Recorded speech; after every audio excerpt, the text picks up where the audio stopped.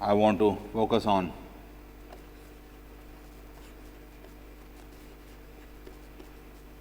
cylindrical coordinates and do some exercises based on this. Again, the exercises will be in the context of Coulomb's law. Cylindrical coordinates come in very handy when we deal with two-dimensional problems in electromagnetic theory. So, these are useful when we deal with two-dimensional problems in EM theory. So, this also should be mastered by you. In cylindrical coordinates, the unit vectors and different distances etc. are as follows. So, if I have this Cartesian coordinate system x, y and z, where a point is specified by x, y and z, in cylindrical coordinates this is given by its height from the x y plane z, which is same and is as in the Cartesian coordinates, is distance small s, I am using Griffiths notation, from the origin in the x y plane and the angle phi. If you recall from your BSc days, this s and phi are the polar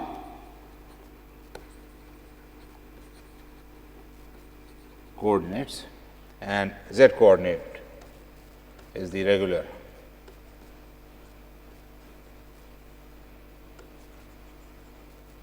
Cartesian coordinate.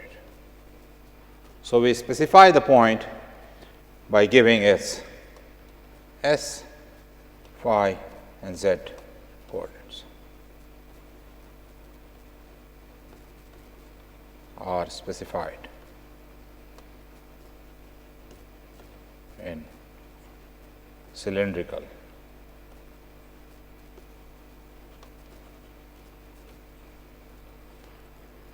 So, just like we did in the spherical coordinate system, let us now do the line element, the area element and the volume element in cylindrical coordinates.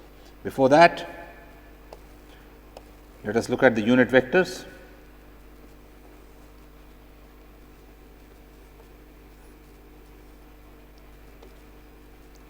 So, a point is specified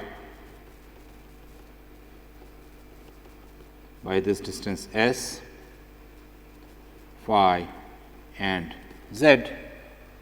The unit vectors are going to be the s unit vector, the phi unit vector and z unit vector.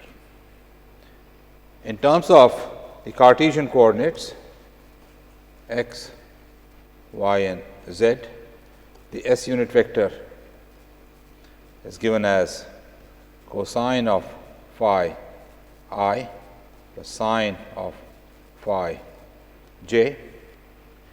The phi unit vector is given as minus sine of phi I plus cosine of phi j. These are the ones that you recall from BSc, the polar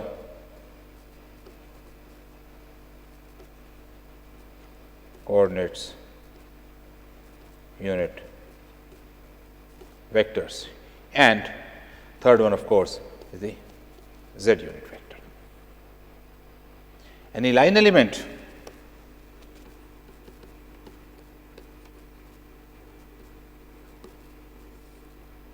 is going to have, let us make this again, if there is a line element, is going to have a z component,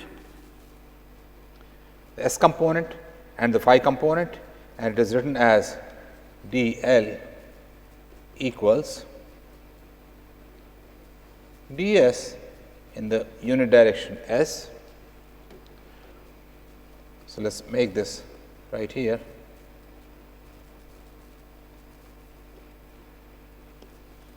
This is the line element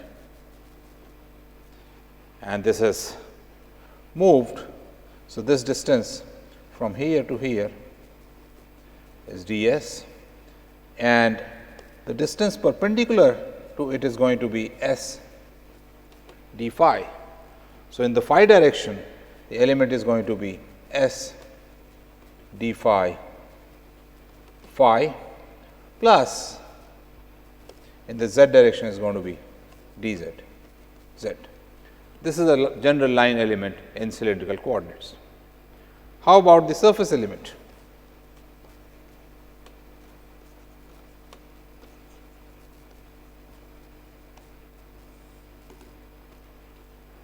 In the surface element, I am going to have, so let us draw this axis.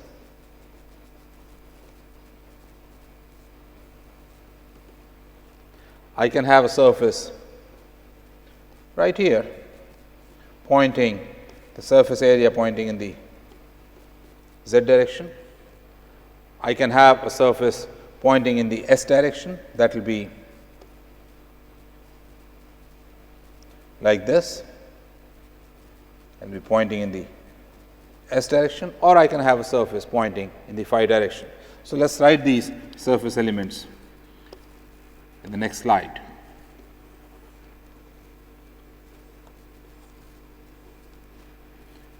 Let me make a cylinder here, which makes visualization easier. So, let me make one surface along the cylinder and this would be pointing in the s direction. Its height would be dz and its width like this will be s d phi, where s is the radius of the cylinder. So, the surface element in s direction is going to be equal to s d phi dz. This is going to be in the s direction. How about in the z direction? For the z direction, I am going to have the surface element in the xy plane pointing in the z direction. So, in the z direction, I am going to have ds is equal to, there will be a length ds and then I am going to have s d phi in the z direction. Similarly, if I take an element in the phi direction, so let us make this right here, this would be pointing in the phi direction.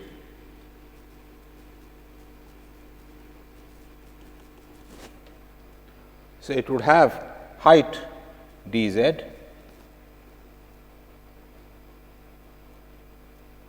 and length ds. So, in the phi direction, I am going to have ds equals ds dz in the phi direction. Just like we did in the spherical coordinates, here also I can write the area elements by taking cross products of line elements. All right. So, I have, suppose I want to write ds in the s direction, s unit vector, you can see this is the s unit vector, is nothing but phi cross z. So, the area element in the s direction is going to be the line element in the phi direction, which is nothing but s d phi, and line element in the z direction z dz phi cross z. This is precisely what we had gotten right here. Similarly, if I want ds in the z direction,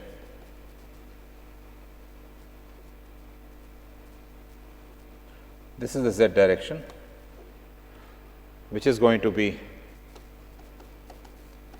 s cross phi.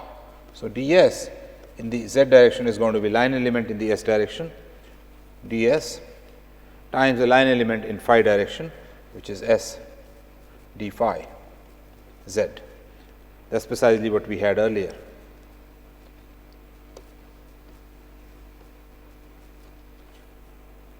And ds in the phi direction, I have phi is equal to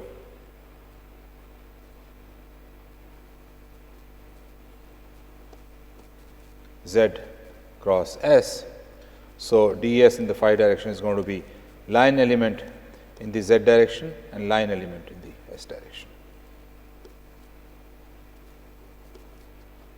So, this is how you can calculate the area elements also. Finally,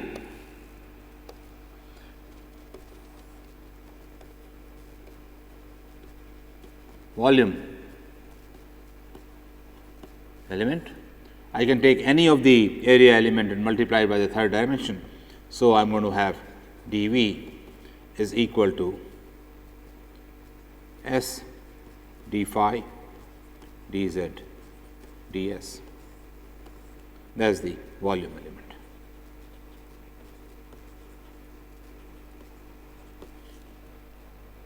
So, I have defined for you the line, surface and volume elements in cylindrical coordinates. Let us just quickly do one or two exercises for this.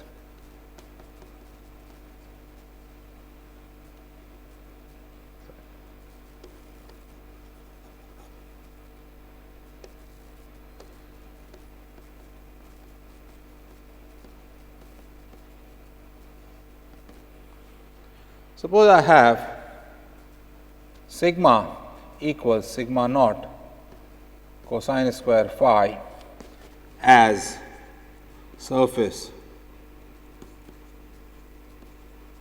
charge density on a cylindrical shell of height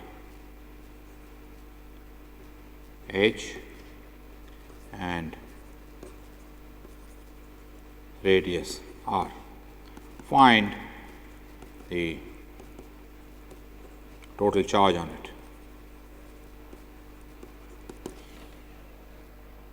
So, what you are given here is that I have a cylinder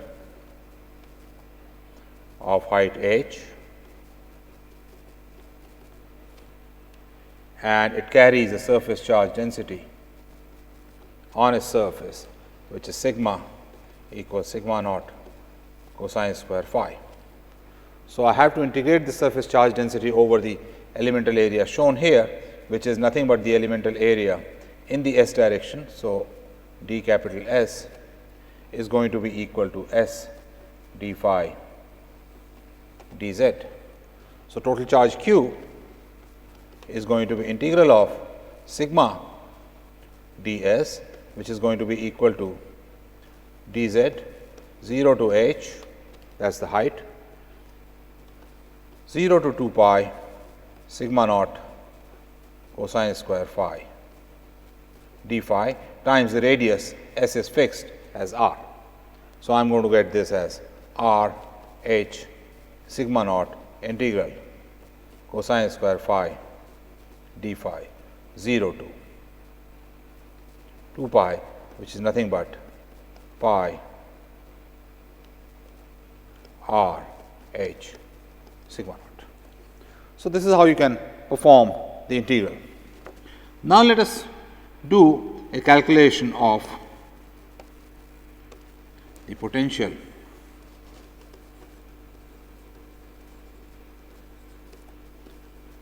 due to a uniformly charged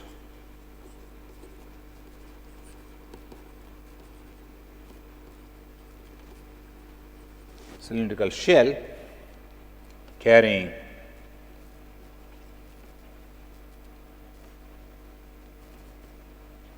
surface charge density sigma equals sigma 0, that is a constant. Okay, so, what I have is a long cylinder. Oh, by the way, see, the length is infinitely long. So, let me just write it here, uniformly charged infinitely long cylindrical shell, and this carries uniform surface charge density. So, by symmetry,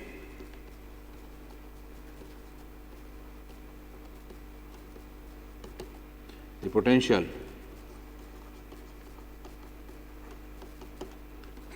is going to be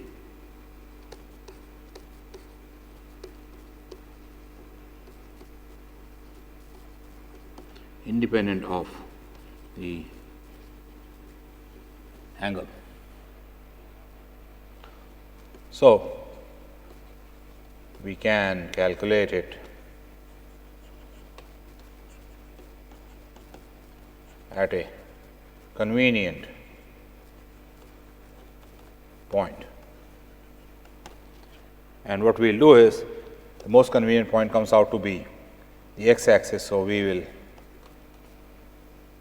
calculate V s is independent of phi, independent of z. So, I am going to cut those V s on the x axis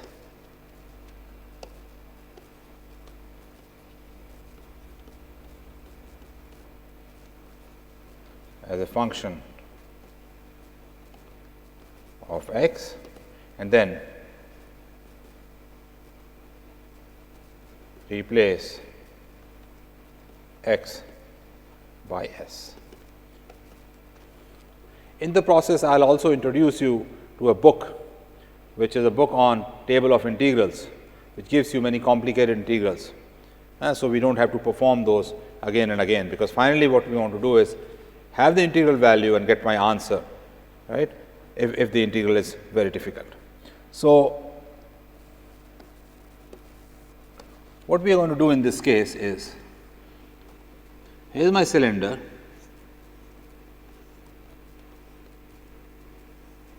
this is the x axis, z axis. I am going to calculate the potential at a point at a distance x from the origin, and to calculate this, I will take two symmetrically placed strips.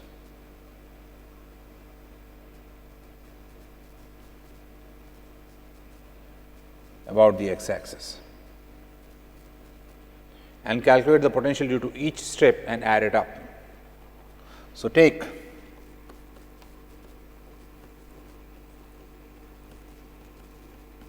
strip of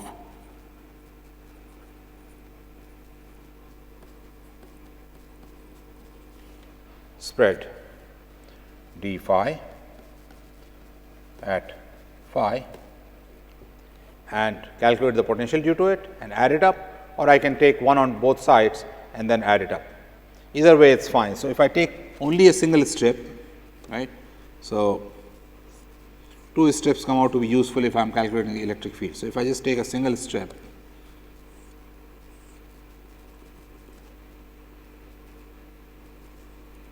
at angle phi. The distance of this strip from the point at x is going to be the distance, it's radial, is going to be equal to square root of x square plus r square minus 2 x r cosine of phi.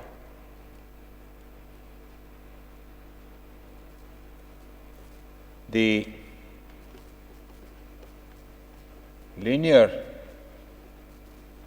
charge density on the strip is equal to total charge divided by length. So, total charge on this is going to be the area of the strip for height dz r d phi extent times sigma is going to be dq. So, dq over dz, which is equal to lambda, is equal to sigma r d phi. For a strip, I know what the potential is. The potential for a linear charge is nothing but minus 1 over 2 pi epsilon 0 log of s over some reference point, let us call it r 0. It does not really matter, that r 0 does not matter. So, I am going to actually drop it. So, just write it as minus 1 over 2 pi epsilon 0 ln s. That r 0 makes it dimensionless. So, right now I am just focusing on this s, the distance from, sorry, I should have written an s out here, okay, from a linear charge. So, what we have is, let me now collect this all together. What I have is this cylinder. I have taken a strip at some angle and calculated the field, the potential at a point at a distance x from the center of the central axis of the cylinder, and this is going to be by the formula Vs for a line charge at the axis 2 pi 0 ln s. For this is going to be Vs is equal to minus 1 over 2 pi, or there is a lambda also, sorry, epsilon 0. Lambda we have already seen is nothing but sigma r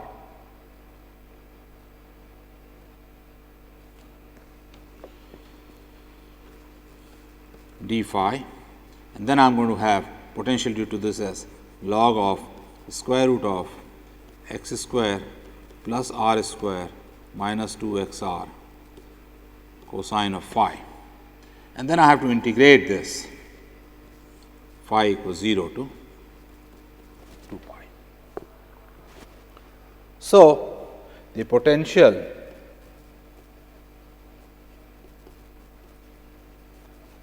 due to a cylindrical shell of radius r with surface charge density sigma comes out to be V at a distance x equal to minus 1 over 2 pi epsilon 0, sigma r comes out, integral 0 to 2 pi d phi log of square root of x square plus r square minus 2 x r cosine of phi.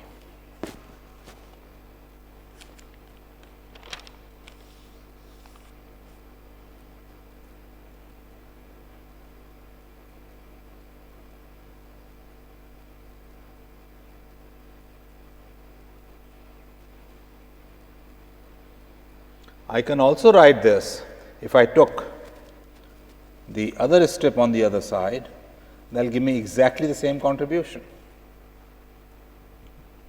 So, I could also write this as minus 1 over 2 pi epsilon 0 times 2 sigma r 0 to pi d phi log of square root of x square plus r square minus 2 x r cosine of phi. Right. So, 2 strips, then the integral becomes 0 to pi, because each strip gives the same answer. Now, I am going to introduce you to the book Table of Integrals by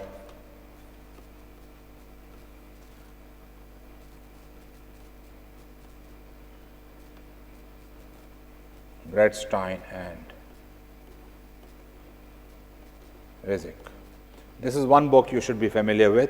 It gives you tables of integrals, series and things like those. In that, if you look at integral number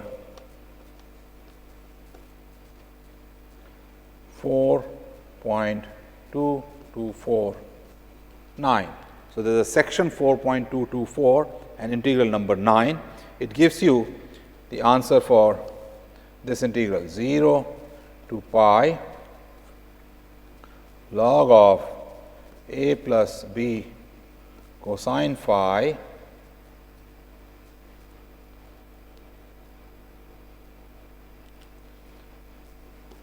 d phi is equal to pi log of a plus square root of a square minus b square, this whole thing divided by 2. This looks very much like the integral we did here, except for the square root sign, which I can take out anyway because of the log. So, I can write this, transform this integral here for v x into this form given in the book and write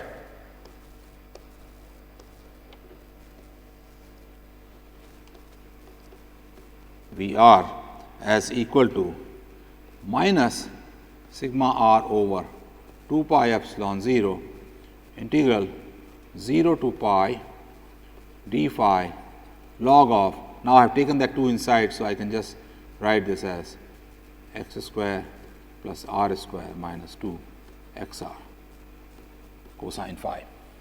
You can perform this integral and get your answer. Okay. I will leave that exercise for you, because now it is very easy integral. You just have to put one thing on the other and you get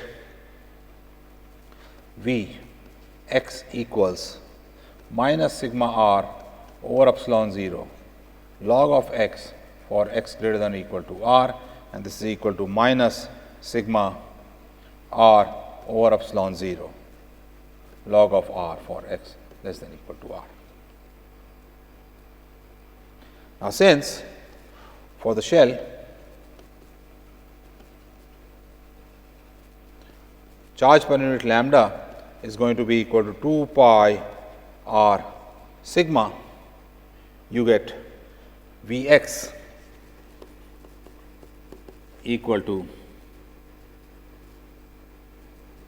minus lambda over 2 pi epsilon 0 log of x for x less than or equal to r, and is equal to minus lambda over 2 pi epsilon 0 log of r for x less than or equal to r. This is not x less than or equal to r, x greater than or equal to r. This is an answer you know from your BSc days. But now we did it through an explicit integral, and I also introduce you to this table of integrals, which we will make use of again in many more problems. So, to conclude this lecture number 1, we introduced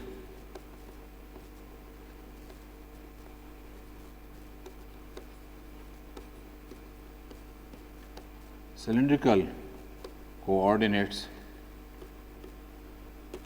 and the corresponding